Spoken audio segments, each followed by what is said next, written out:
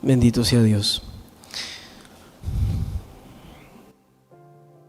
En la Torá, en la palabra de Dios, en el Pentateuco, en Deuteronomio capítulo 29, versículo 10, que es como abre nuestra porción de esta semana, la Parashá Nitzavim, está escrito, leo para ustedes: vosotros todos estáis hoy en presencia del Eterno vuestro Dios, los cabezas de vuestras tribus, vuestros ancianos y vuestros oficiales, todos los varones de Israel, vuestros niños, vuestras mujeres y tus extranjeros que habitan en medio de tu campamento, desde el que corta tu leña hasta el que saca tu agua, para que entres en el pacto del Eterno tu Dios y en su juramento que el Eterno tu Dios concierta hoy contigo.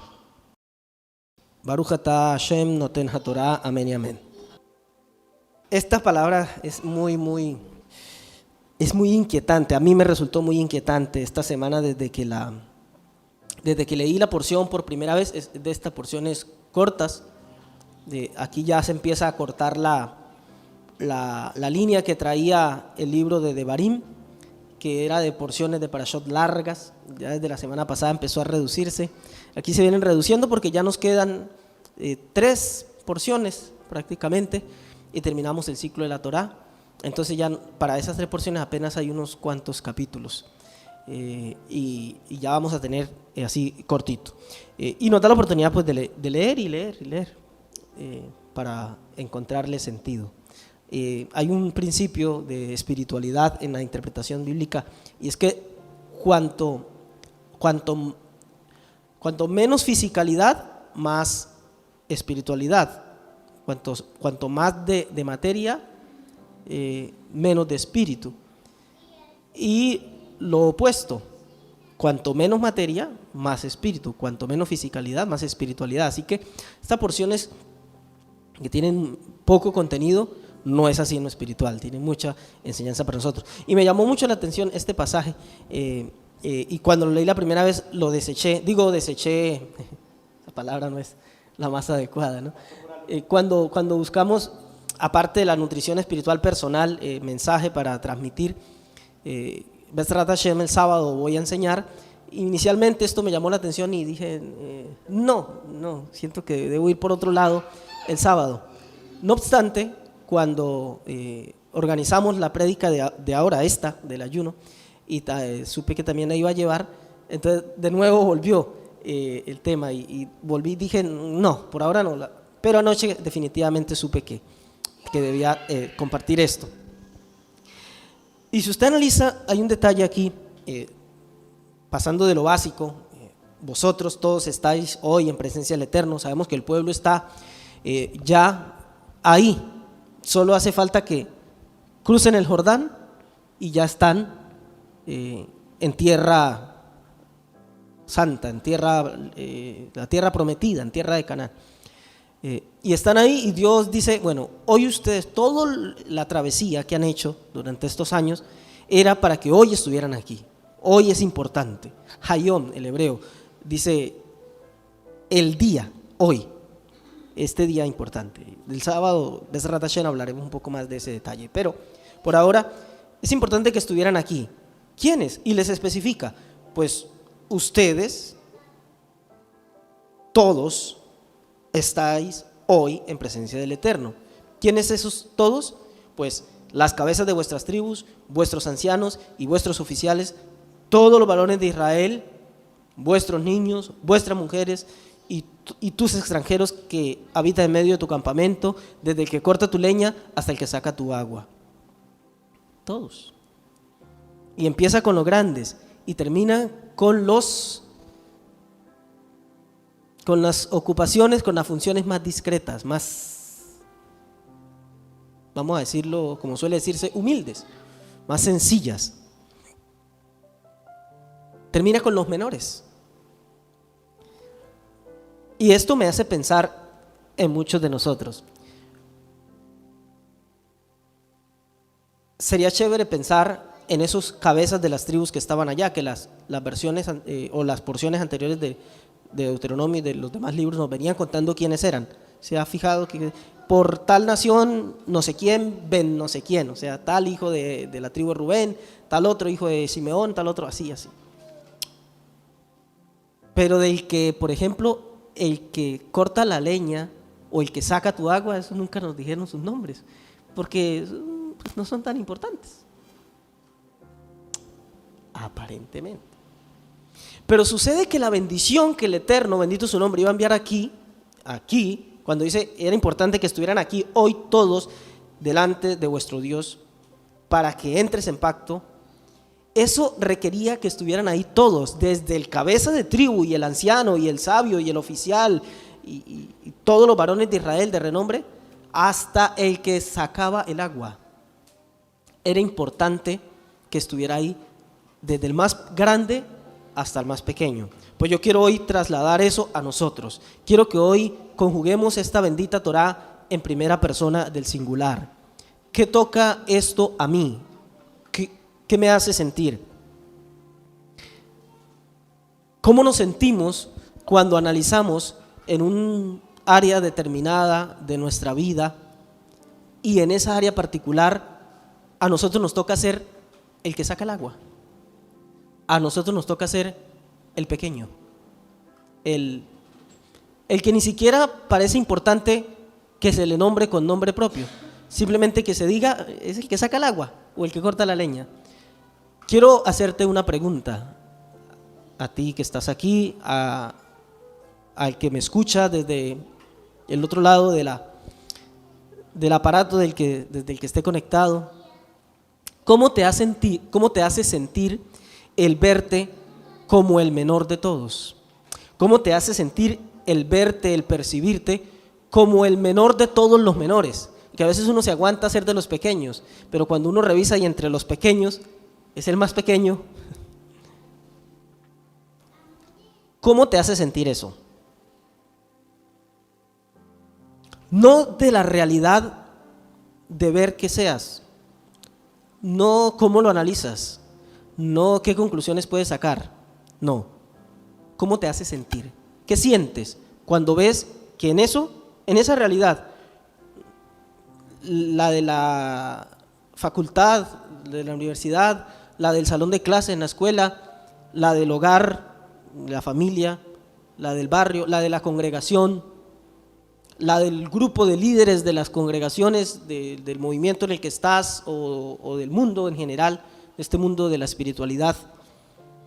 ¿Cómo te hace sentir cuando te ves en esa tu realidad, cualquiera sea la tuya y la mía? ¿Cómo te hace sentir cuando te ves como el más pequeño?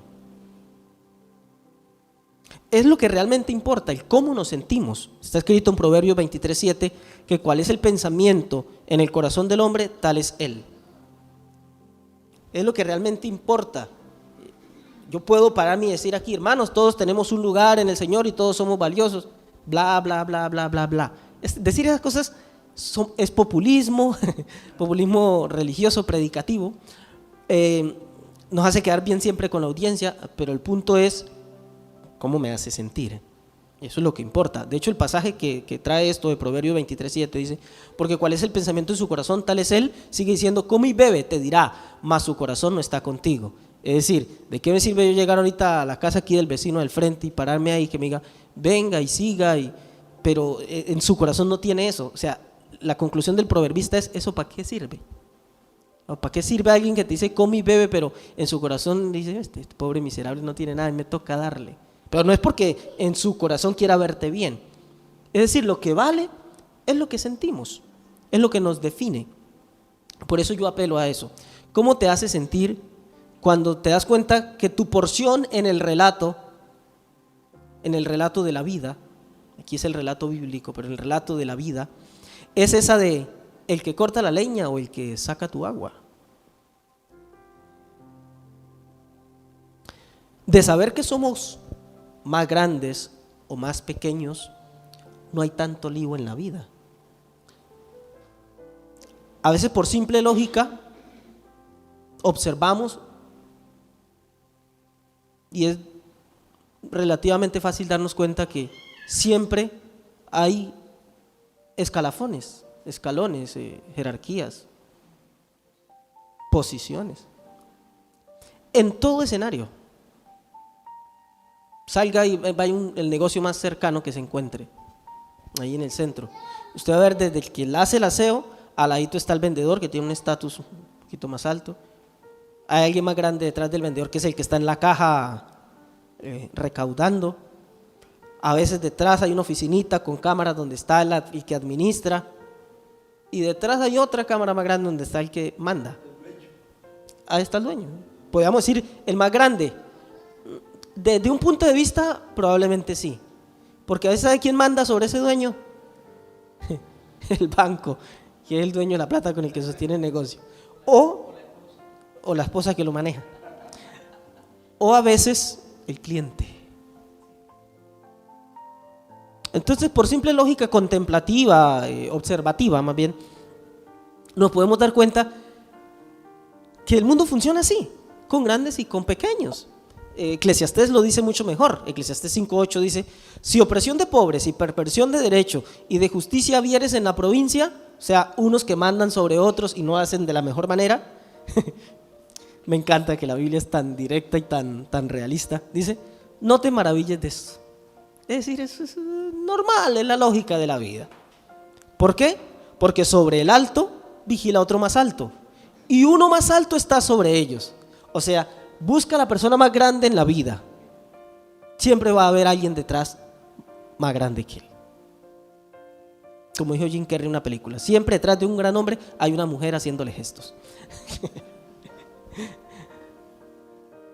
Además, dice el versículo 9, el provecho de la tierra es para todos. El rey mismo está sujeto a los campos. Es decir, ¿de qué te sirve ser el propio rey? Dueño de los campos, el rey en la época de las monarquías. Si el rey quería, mandaba una orden, un edicto real y le decomisaban todo a los agricultores. O sea, había reyes, tiranos. Veas un poquito de Robin Hood, la que hizo Russell Crowe, ¿qué se llama él? Y se va a dar cuenta, y eso parte de la realidad. De hecho, las películas normalmente se quedan cortas y no muestran todo. Pero el mismo rey que podía mandar sobre lo que fuera estaba sujeto a los campos. Un par de días que se prolongara la sequía y no lloviera, podía ser el propio rey.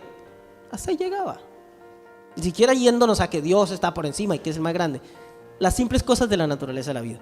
Pero yo no lo quiero llevar ahí. Porque este tema de la grandeza, de las jerarquías, es claro, mire, es evidente, es un asunto que muchos terminamos descubriendo en la vida, en una manera en que con toda la independencia que puede alcanzar una persona, el casi control total de su realidad, cuando una persona logra ese tipo de vida, podríamos llamar a eso éxito, independencia laboral, independencia económica, ¿cómo más lo llaman a eso, no? Dueños de su tiempo, lo que sea. Incluso el que lo logra y pareciera no tener que rendirle cuenta a nadie, vuelvo y digo, yo no me voy a meter ahora con Dios porque está por encima. Obviemos ahora esa realidad espiritual. Pero incluso esas personas se terminan haciendo dependientes, incluso a veces hasta del propio éxito. Esta mañana hablaba con Lisette de un tipo, un influencer de los más exitosos de Colombia. Tiene mucho dinero.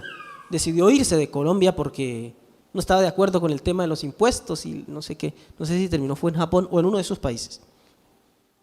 El caso es que hace unos días hizo un video. Yo no lo sigo, me molesta bastante ese tipo de contenido que lo hacen girar en torno a la estupidez, no hay otra palabra, la estupidez, porque todo es bobada, todo es una risa ahí. Bueno, démoslo ahí. El caso es que vi la noticia. Un tipo en su momento se metió con temas políticos y eso hizo que fuera noticia. El caso es que el tipo se va y allá hizo un video hace poco diciendo, bueno, ya estoy aquí, bien, chévere, es otra realidad, es otro mundo, pero no sé hasta cuándo voy, como contándole a sus seguidores. No sé hasta cuándo voy o para dónde, porque o sea, tampoco es esto lo que quería, me estoy dando cuenta que tampoco es esto. Y la pura verdad, eso me gustó del tipo. Dice, la pura verdad es que ni sé qué es lo que quiero. No sé qué es lo que estoy buscando, sé que busco algo, pero no sé qué es. Esa parte de sinceridad me gustó, pero yo quiero llevárselo a algo, mire. Ese tipo de personas, los grandes, el tipo por lo que muestra, por sus declaraciones de impuestos y demás, lo que tiene es dinero, pero bastante. Pero mire que ese tipo de personas no se pueden dar un lujo como el que un pequeño como nosotros pudiéramos darnos. Esto no es contentillo, esto no es consuelo de tontos, solo para ilustrarle un punto. Si él decide hoy renunciar a todo lo que tiene, a lo que sea, a su vida que hace, porque se da cuenta que no es eso lo que busca, no le queda tan fácil, tampoco es que pueda. Tiene propiedades de muchísimos millones. Todo eso está declarado, todo eso está, no sé cómo se llama, registrado en las instituciones del gobierno. Si el tipo hoy renuncia a lo que hace porque tiene suficiente, tendría que pasar de eso a la nada, porque por solo tener, de eso hay que seguir declarando impuestos y pagándolos, no solo declarando y no pagando, ¿no? Y pagando y pagando. Si él se aísla de todo, él y todo este tipo de gente, llega un momento en que la propiedad, todo lo que se tenga, el patrimonio mismo, se absorbe en sí mismo para sostenerse por el tema de impuestos. O sea, por más que una persona logre una libertad que no depende de nada, sino solo de su gracia, para hacer reír a unos cuantos y que ellos le generen dinero, queda esclavo del éxito. Porque una persona pudiera negociar y decir, bueno, por algo menos que esto, me retiro y hago una vida más placentera. Pero es que ya no pueden quedar en el medio, o es todo o es nada. Y así pasa con los grandes exitosos. Entonces, mi punto va a esto, que a veces eso hasta lo entendemos. Entonces, para vivir una vida así, para procurar ser grande, pero darnos cuenta que siempre vamos a estar por debajo de otro, o peor aún, de circunstancias, que manipular a otros hasta con plata se puede, pero ¿y las circunstancias quién las manipula? Se dan, las vicisitudes de la vida llegan. Entonces, teniendo eso como realidad, nos damos cuenta que es, y lo entendemos mentalmente, que es bueno calmarse y cada uno estar contento con su porción. Pero el punto al que yo lo quiero llevar es, cuando yo analizo mi porción en esta realidad que me toca vivir hoy, en la escuela, vuelvo a lo mismo, en la universidad, en el trabajo, en la congregación, en la sociedad, en el barrio, en toda mi realidad política, familiar, y ahí mi porción es pequeña, ya no es cómo veo que pueda ser, sino cómo me siento. ¿Qué me hace sentir? Y luego, ¿qué hacer con esas sensaciones? Yo aquí le hablo del tipo, hasta me mofo. Pero nadie puede negar que a algunos les gustaría tener al menos el 10% de su patrimonio. Cuando yo voy después de que hago la risa y quedo bien con el mensaje que quería transmitir, me analizo y no tengo eso, el punto es, ¿qué siento? ¿Ya?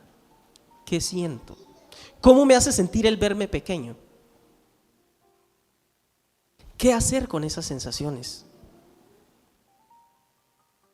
Creo que el punto está en agregarle un poco de intelecto a esas emociones. No un intelecto basado apenas en la lógica que traté de usar ahorita analizando todo eso, sino en la lógica bíblica acerca de la grandeza. En el pasaje que leímos, la base de nuestro mensaje y de la parashá, nos dice la Biblia que el Señor le dice al pueblo, hoy están ustedes todos aquí, todos, desde el príncipe de cada tribu hasta el que recoge el agua y rompe la leña, parte la leña o la recoge. Todos eran necesarios para el pacto que iba a hacer. Este era un pacto especial, una renovación del pacto antes de entrar a la tierra prometida. Sin esto no se podía entrar a la tierra.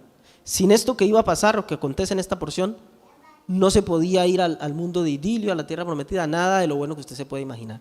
Y ahí era imprescindible el aguatero y el leñero, o el leñador más bien. El apóstol Saúl, Pablo, recoge de esta enseñanza y lo lleva en su primera carta a los Corintios de una manera magistral. Él dice, viene desarrollando su tema de la importancia de cada miembro del cuerpo, pero mire cómo lo dice tan bonito, tan especial, en 1 Corintios 12, del versículo 14 en adelante. Dice, además, el cuerpo no es un solo miembro, sino muchos. Si dijera el pie, ¿por qué no soy mano? No, aquí no van pregunta, ¿verdad? Lo leí mal. Si dijera el pie, porque no soy mano, no soy del cuerpo, ¿por eso no será del cuerpo? Y si dijere la oreja, porque no soy ojo, no soy del cuerpo, ¿por eso no será del cuerpo? Si todo el cuerpo fuese ojo, ¿dónde estaría el oído? Si todo fuese oído, ¿dónde estaría el olfato? Mas ahora Dios ha colocado los miembros, cada uno de ellos, en el cuerpo como Él quiso. Porque si todos fueran un solo miembro, ¿dónde estaría el cuerpo?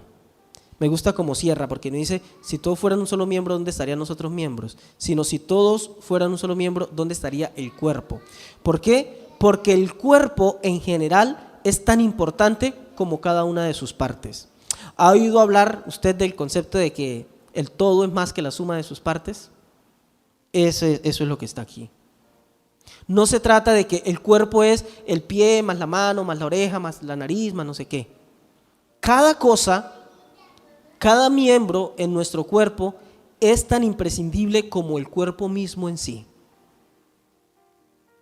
Nada más basta cuando uno, por ejemplo, tiene un tropezón en el dedo chiquito del pie, por ahí con el borde de la cama, de esos que duelen, que normalmente suelen acontecer por ahí a las 2 de la mañana, con todo apagado, y es hasta mágico, porque por más que esté todo apagado, uno ve todo claro, de la candela que ve del golpe, ¿verdad?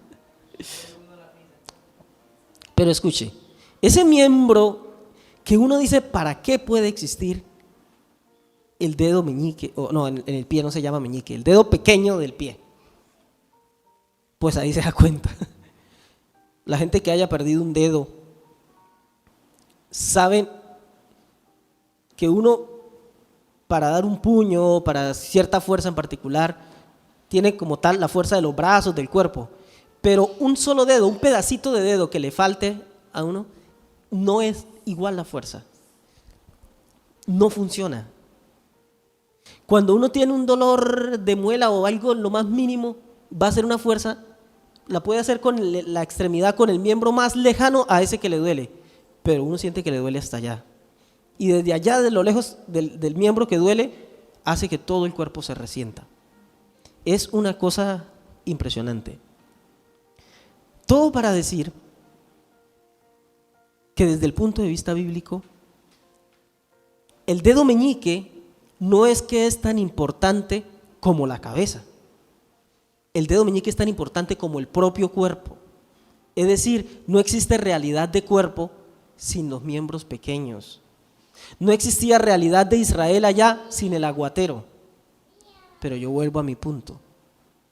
¿Qué pasa cuando yo sé eso y entiendo que mi porción es la de ser el dedo pequeño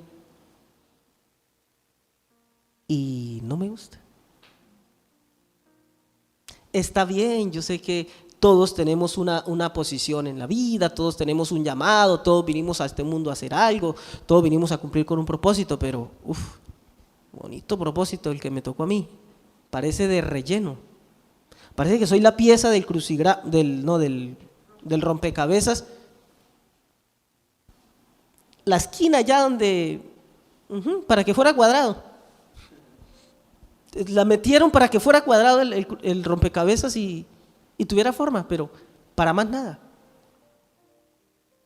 ¿Cómo me hace sentir?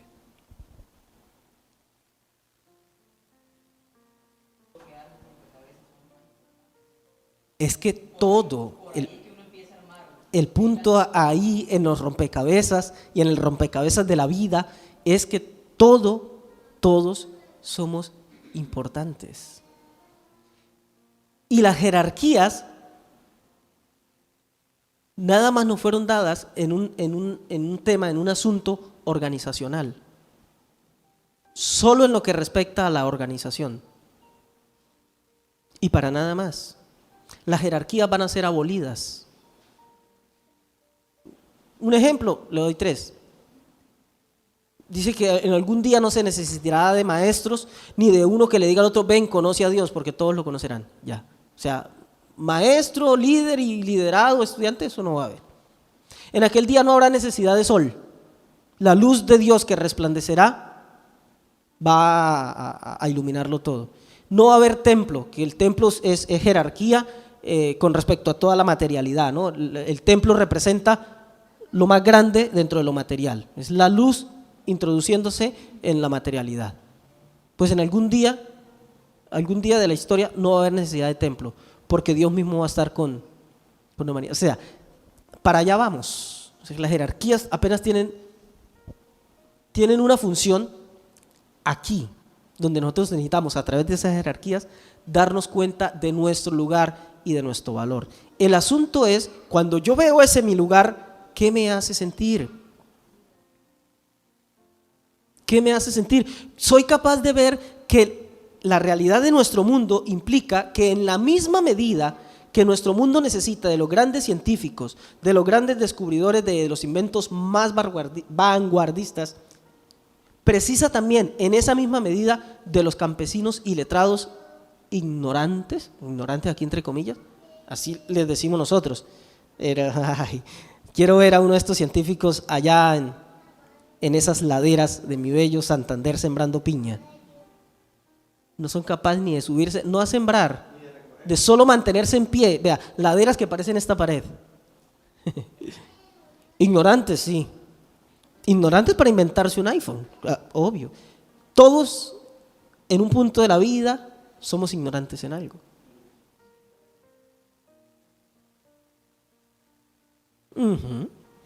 Entonces, el punto es, y permítame aterrizarlo en nosotros, cuando yo veo eso, mis reacciones internas, ¿cuáles son? Entiendo la importancia de mi posición, pero sufro porque me hubiera gustado que en esa escala y en esa jerarquía temporal a mí me hubiera tocado la posición de Einstein o la de Bezos, es que se llama el millonario Jeff Bezos. Lo aterrizamos más, la de Dante Gebel, la de Gloriana Montero, una de las mujeres más, a lo menos en Latinoamérica, que ahora últimamente tiene bastante pantalla y reputación. Pongo ejemplos del mundo religioso cristiano, porque si voy traigo ejemplos de mi rabino, ¿y quién es? Entonces, sí, no puedo venir ahorita a hablarte ni del Rambán ni de ninguno de esos, o de los rabinos contemporáneos.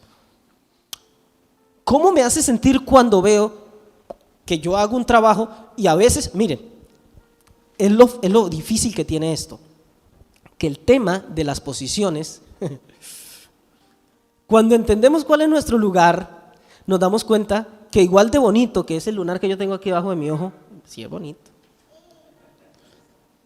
igual de bonito se ve la verruguita que tengo por aquí atrás en la nuca, tiene su lugar. Cuando entiendo que es igual de bonito, pero, escuche esto, pero me doy cuenta que yo soy en la vida la verruguita y que también soy bonito y que también puedo ser perfectamente verruguita y tener ese lugar, pero hacia afuera no tiene el mismo reconocimiento. Tal vez yo me doy cuenta que sí, pero hacia afuera no me lo andan diciendo. ¿Cómo me hace sentir? ¿Cómo me hace sentir cuando no hay congratulación? Cuando no hay adulación, cuando no hay aplauso tras aplauso. ¿Cómo me hace sentir cuando yo entendí que mi posición es humilde y estar aquí callado, pero ni siquiera se me reconoce que soy humilde? Porque hay ese tipo de humildad. Hay de la humildad del que se aguanta todo, al menos a cambio de que se diga, wow, qué hombre tan humilde. Peligrosa humildad. Pero ¿qué pasa? ¿Qué pasa cuando uno analiza, nosotros en este mundo de espiritualidad que andamos, que por como es, lo último que vamos a alcanzar es popularidad? O sea, en el sentido de las masas, de cientos y miles. Y uno ve a ciertas criaturas pararse y dar unos mensajes que no categorizan ni siquiera como mensaje, porque lo último, el mensaje, hasta donde sé, no lo busqué en el diccionario, pero mensaje es algo que comunica, ¿no? y lo último que hacen es comunicar, porque eso no es sino ruido, repetición de cosas que al final se queda uno viendo y qué, pero en cambio lo que se les devuelve es miles y miles de reconocimientos y figuras y plataformas y multitudes y likes y todo ese tipo de cosas, y yo aquí esforzándome, leyéndome 2, 3 libros para poder armar un mensaje, transmitiendo cosas que a veces uno analiza y ideas hasta de doctorado. Aquí acostumbramos a citar fuentes de un mundo y otro, pero gente de peso, ¿verdad? Que uno va a ver y son las tesis doctoral de bárbaros de esos del mundo teológico cristiano, católico, judío, lo que fuere. Y a cambio, 2 views, 4 en el ayuno escuchando el mensaje. O usted en la universidad, esforzando por ser el más aplicado, la mejor nota, todo. Y a cambio, el que es reconocido es el teso ese, que es bien popular porque es el recochero, el de la farra, el rajao hablando, el carismático, y te toca ver que tiene el favor hasta del profesor, hasta del decano, hasta del ¿cómo se llama?, el dueño de la universidad, y a ti te toca con todo el esfuerzo pasar saliva, y no habría problema en pasar saliva y darse cuenta de que yo soy bonito aquí desde mi bajo perfil. El asunto es cómo te hace sentir. En tu fuero interno, donde de verdad importa, donde el tema de cada uno en su lugar, de verdad que es muy chistoso. Ahora que nombraba al campesino, cuán fácil es cuando un político se para y en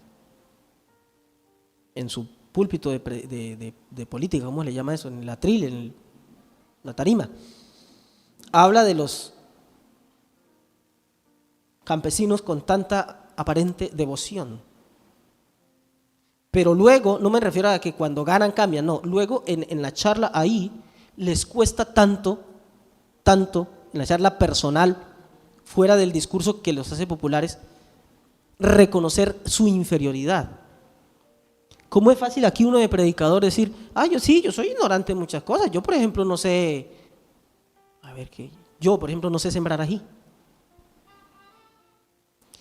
Pero cuán difícil es, después de bajarme de aquí, donde decirlo me da hasta estatus de, mira, tan chévere que predica, tan humilde, ir delante del campesino, ser capaz de aguantarse el verse inferior a ese campesino que solo sabe sembrar ají y que por eso es superior delante mío, es mayor, es más grande, sabe algo que yo no sé. Cuán difícil es cuando el líder político, religioso, de la familia, cuán difícil es cuando en un área en donde no es el papá, un área donde no es el chacho, aguantarse estar ahí viendo que otro reluce y toma preponderancia. Cuán difícil es en la práctica de verdad, donde verdaderamente vale. No difícil con el reconocimiento de afuera, con las sensaciones internas que me dan una cosquilla y un fastidio ver cómo otro, que a grandes rasgos es inferior, en una pequeña área le toca lucir como superior. ¿Cuánta infelicidad trae eso a nuestras vidas? ¿Todo por qué? Porque nos ha costado entender que la posición del aguatero y del leñador también es imprescindible. La pregunta que me hago es, si tenemos claro, el ejemplo es, si estoy cómodo con mi posición, así sea del dedo meñique, si lo que me incomoda, que no me vean, que no me reconozcan, ¿estoy cómodo con mi posición? ¿O lo que tengo es un orgullo para que me vean, así sea en mi posición de pequeñito? Eso es para mí más que pregunta, es reflexión. Está dentro del grupo de las preguntas que nos podemos hacer, ¿no? ¿Qué es lo que realmente le incomoda al ser humano? El ver su posición, y sea cual fuere, de alto, de pequeño, de lo que fuere, o lo que eso le genera, ¿no? ¿Qué me genera eso? Eso está dentro de las múltiples reflexiones que pienso yo que nos tenemos que vivir haciendo. Es fácil como entender que somos pequeños, pero amados, ¿cuándo vamos a ser capaces de descubrir en nuestra vida las delicias de nuestra posición, sea cual fuere? Porque cuando uno simplemente entendió mentalmente que es que uno es pequeño y eso tiene su valor, es fácil uno encerrarse en su mundito, en donde yo tengo mi posición, pero en ese mundito soy el chacho. Soy el chacho como pequeño incluso, pero no me dejo desafiar. Ahora, esto tampoco es un llamado, una apología de la pequeñez, del conformismo, de quedemos ahí, no intentemos superarnos. Si me va a juzgar así, espérese al sábado, que no es la continuación de esta, pero es la otra cara de la moneda. Voy a irme todo lo contrario. Pero, ¿cómo manejar eso de no quedarnos en nuestro mundito simplemente porque en mi mundito tengo la oportunidad de, así sea pequeño, pero aquí luzco? El problema de entender nuestro lugar es de qué perseguimos realmente. Función, el maestro usó una palabra que me gustaba, ser fructíferos. ¿Qué buscamos? ¿Fructificación o reconocimiento? Alguna vez no sé quién lo leí y no me acuerdo de la fuente, decía, para mí es más importante, para no hacer cacofonía, es mejor ser, o no quiero ser importante, sino útil. El maestro y el llamado bíblico en la vida es a que seamos útiles, no a que seamos importantes. El reclamo de Pablo en Corintios, el pasaje de Corintios 12, constante es ese. O sea, ¿cómo así que vienen unas personas a decir, yo no soy ojo, mira, yo soy esa oreja? O sea, eso es la inverosimilitud misma. O sea, ¿qué hay detrás de eso? En eso no hay lógica, en eso lo único que hay es tontería. En eso lo único que hay es tontería. Todo tiene su función y, como les decía, la función es tan importante como el funcionamiento mismo. El dedo pequeño no es igual de importante a la cabeza, es tan importante como el propio cuerpo. El dedo pequeño es un mundo. ¿Ha oído usted hablar de que cada cabeza es un mundo? Bueno, así. Mire, la persona más ¿cómo se dice? Desdeñada, despreciada en la vida, se han encargado de hacer los peores desastres en el mundo. ¿Alguno vio aquí la película? Es fea, es muy sangrienta, de 300 con Gerard Butler. ¿Se acuerdan de un coso ahí feo, despreciable, jorobado creo? Y lo despreciaron, no lo aceptan en el ejército porque molesta y fastidia. Bueno, fue el culpable de todo lo demás. Todo tiene su lugar. El punto es cuando yo con mi posición me doy mi lugar y dependiendo de eso o funciono, es decir, o soy útil o busco el reconocimiento. Este bicho de esa película, ese ogro, esa cosa, buscaba reconocimiento y terminó siendo un instrumento para un uso bastante vil. Y ya lo doy conectando con lo que usted ha leído en las Escrituras. Hay vasos de distinta índole. Hay vasos para usos honrosos y hay vasos para usos viles. Dice el apóstol, si alguno se limpia, será un vaso de honra que puede ser usado para los usos más honrosos. Si cada uno entiende su lugar, no procurando, porque mire, yo puedo admirar a todos esos grandes sin dejar que mi corazón llegue a... ¿Cómo yo sé que mi corazón no se está torciendo tras la grandeza del grande, sino es admiración por su excelencia? ¿Cómo sé? Si cuando termino mi análisis no termino frustrado. Si termino frustrado, entonces yo ya no estoy admirando al grande. Yo lo que estoy es codiciando su honor. Pensaba, volviendo al ejemplo estos de los que son, de que es fácil que cada uno se ubique, todo más o menos tiene idea de quiénes son. en personas como este muchacho Dante Gebel, que no es de mis favoritos, o sea, y que ya no es tan muchacho, ¿verdad? Hay muchas cosas de él que me gustan, su carisma y ese tipo de cosas. En cuanto al contenido, en mi fuero interno tengo muchísimas cosas que si algún día charlara con él le podría reprochar, pero tengo una admiración por la energía de ese tipo, cómo no se cansa y hace hasta para vender.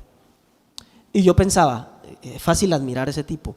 Luego de admirarlo, irse uno a analizar, es fácil frustrarse. Pero me quedaba pensando el otro día, ¿cómo es la tontería de uno quedarse, ¿por qué tanto que me esfuerzo, tanto que yo he sembrado en mi preparación, en la oración, en el estudio o lo que fuera? ¿Por qué no tiene que significar necesariamente que ya yo vaya sea puesto en un honor como el de él? Y yo me ponía a pensar, qué locura que hoy me promovieran a un honor de ese tipo, de esa grandeza, de esa influencia, de ese alcance. Sería un completo descalabro de parte del cielo. O sea, ahí sí que uno podría decir, los dioses están locos 3, con la película. ¿Por qué? Él el otro día contaba cómo hizo cuando compraron el terreno y todas las instalaciones de lo que hoy es River Lighthouse, creo que se llama todo, no solamente la Congre, que es River Church, sino todo eso es una arena, ¿cómo llaman eso? Un coliseo grandísimo que no solo tiene lugar de reunión, sino oficinas, un complejo, sí, lo llama River Arena, así lo llama. Eso le dan millones y millones y millones. Y le llegó, tuvo la cantidad, que era desproporcionado, o sea, no puede valer tanto, pero iba a decir Baruch Hashem, él seguro que no dijo Baruch Hashem, pero dijo gracias a Dios proveyó y vamos a comprar. Cuando ya compré, no se vende, busque y si quiere escucha la historia. Y el tipo dice, todo tiene un precio, el caso es que con más plata seguro que se vende, y terminó pagando muchísimo más de lo que eso podía valer. Si ya era caro, al final terminó siendo inmensísimamente más caro. Y yo pensaba, ¿qué tal que a mí me promuevan y yo de repente me encuentre en una posición así de hacer ese tipo de negocio? Es obvio que yo no hubiera sido capaz. Yo por mi constitución mental, preparación, intelectual, qué sé yo, he hecho girar mis decisiones alrededor de la administración, de lo que llamaría uno el ahorro, sacarle el jugo a todo. Yo en una posición de esas, hombre, por supuesto que yo no voy a decir que no, el Señor va a proveer y si hay que pagar 10 veces más se paga. Para mí, inmediatamente yo lo hubiera juzgado, esto se me está volviendo soberbia y terquedad. Si no será ese, será otro y ya. Pero en esa posición se necesitaba un tipo como ese, porque mire, en las escalas más altas, la administración no es la mejor forma de hacer las cosas. El ahorro y la buena administración no es la mejor forma. Es la decisión, es el tesón. Usted se ha puesto a pensar donde Elon Musk, Jeff Bezos, el que se murió, el del iPhone, Steve Jobs, en algún momento dado se hubieran puesto a pensar, no, esto no representa por un aparato tanta inversión de miles y millones de dólares para que apenas descubran un chip que haga funcionar esos aparatos. Bueno, hoy no tendríamos todo esto, toda esta tecnología, porque hay un momento en el que para los grandes no depende del ahorro, depende de la decisión de hacer manifestar lo que hay que manifestar. Y para ellos hay recursos infinitos. Por duro que sea decir esto y que cueste aceptarlo, para ese tipo de gente que está dispuesta a hacer manifestar lo que Dios quiere que haya en este mundo, hay recursos ilimitados. Las puertas del cielo se abren de par en par. Y no sé cómo funciona, pero es así como funciona. Y entonces, el punto es, ¿usted se imagina a mí en una posición de esa? Esto es una locura. El Señor reprenda al que tenga que reprender. ¿Cómo vamos a 10 veces? ¿No nos podemos reunir en una harina de esos abierto? ¿O alquilar o qué sé yo? Yo hubiera hecho eso. Entonces, yo tengo mi lugar pequeño porque es lo que requiero. Ese tipo tiene ese lugar porque es lo que requiere. ¿Por qué Dante Gebel no es Bezos? Porque en comparación con este otro, es como yo estoy hoy en comparación con este otro señor. Cada uno lleva un trasegar, un golpeteo de la vida que lo hace idóneo para lo que está viviendo. Dice la escritura en Salmos 113, 7 y 8, que lo recoge del libro de Samuel, el canto de Ana, cuando puede tener hijo. Dice: Él, bendito su nombre, levanta del polvo al pobre y al menesteroso alza del muladar, para hacerlo sentar con los príncipes de su pueblo. Hay uno que es el que levanta del polvo al que no vale nada y lo hace sentar con los grandes. Esto no ocurrió en aquel tiempo, y esto no ocurre que Dios hace que alguien se le nazca en un hogar pobre y en algún momento de la vida lo hace que se gane la lotería, como Diomedes Díaz. Nació más pobre, tal vez no pudo haber nacido, pero en un momento dado resulta que su voz fuerte y su timbre rechinante era lo mejor que podía haber para el vallenato, y no se convirtió en un tipo influyentísimo y lleno de mucho dinero también. No se refiere solo a eso, significa que el que hace que la persona pase de aquí a aquí, perdonen los que no ven, que están solo escuchando, que los que pasen de abajo hacia arriba es Él, el que levanta del polvo al pobre y al menesteroso alza del muladar para hacerlo sentar con los príncipes. ¿Cuándo? Cuando alcanza su categoría de príncipe. ¿Qué es lo que le estoy queriendo decir? Lo que le estoy queriendo decir es: usted cree y se recrimina a sí mismo porque sufre con la porción que le toca y siente que pudiera tener otra porción, otro lugar, mayor visibilidad o lo que fuere. Si usted lo mereciera, se lo aseguro que ya estaría ahí. ¿O qué piensa que a Dios se le olvidó? Que por ahí Dios se le olvidó el esfuerzo que yo estoy haciendo, yo merezco promoción, pero por alguna razón Dios me tiene olvidado. No, es Dios, no se le olvida nada. No se le olvida nada. Donde estamos es donde merecemos estar. Pero incluso con todo el esfuerzo que hago y que no parece reconocerse, quizá es lo que está usando para que por fin se cristalice el ascenso. Porque en el ascenso vas a tener mucho más desafíos. Vas a tener que tomar decisiones que ya no solo te afectarán a ti, a tu familia y a los 3 que te siguen. Va a afectar a millones que te siguen. Entonces, esa sensación de frustración y de infelicidad por la porción que nos toca, cuando fuere que lo analicemos, hermosa es la heredad que me ha tocado, es algo que debe conjugarse siempre en tiempo presente. Hermosa es la heredad que me ha tocado cuando nací, y hoy es hermosa la heredad que me ha tocado. Siempre debo aprender a valorar mi momento presente, el instante en el que estoy y todo lo que me rodea. Siempre es hermoso. ¿Por qué? Porque se corresponde con la realidad que divinamente fue orquestada para que así funcione, y es el camino que me va a llevar hacia donde tengo que ir. Incluso si me equivoco, porque la equivocación produce consecuencias, y las consecuencias me hacen idóneo para poder rectificar y entonces estar listo para el ascenso. El ascenso no se echa a perder por los tropezones y las equivocaciones. Es más, la frustración misma que me produce el no ver el ascenso, esa frustración es puesta a propósito para el ascenso. Todo lo que no es esta perspectiva, es entonces la perspectiva del hombre que señala Pablo, que lo recoge de Isaías. Es Romanos 9:20, donde dice: mas antes, oh hombre, ¿quién eres tú para que alterques con Dios? Dirá el vaso de barro al que lo formó: ¿por qué me has hecho así?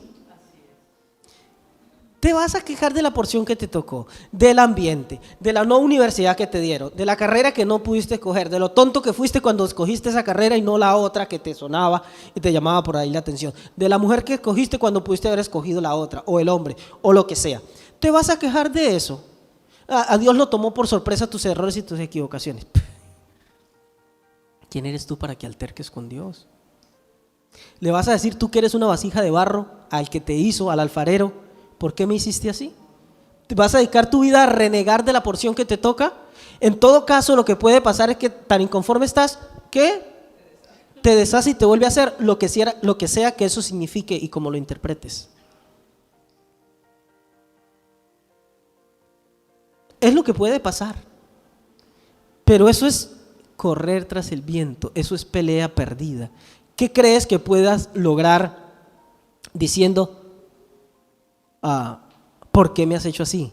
Isaías, que es de donde se toma Pablo, dice: ay del que pleitea con su hacedor, el tiesto con los tiestos de la tierra. Dirá el barro al que lo labra: ¿qué haces? ¿O tu obra no tienes manos? Ay del que dice al padre: ¿por qué engendraste? Y a la mujer: ¿por qué diste a luz? Vas a renegar de tu porción. Ay de que pletea con tu hacedor, con su hacedor. No es, uy, cuidado porque termina blasfemando y Dios lo castiga. No.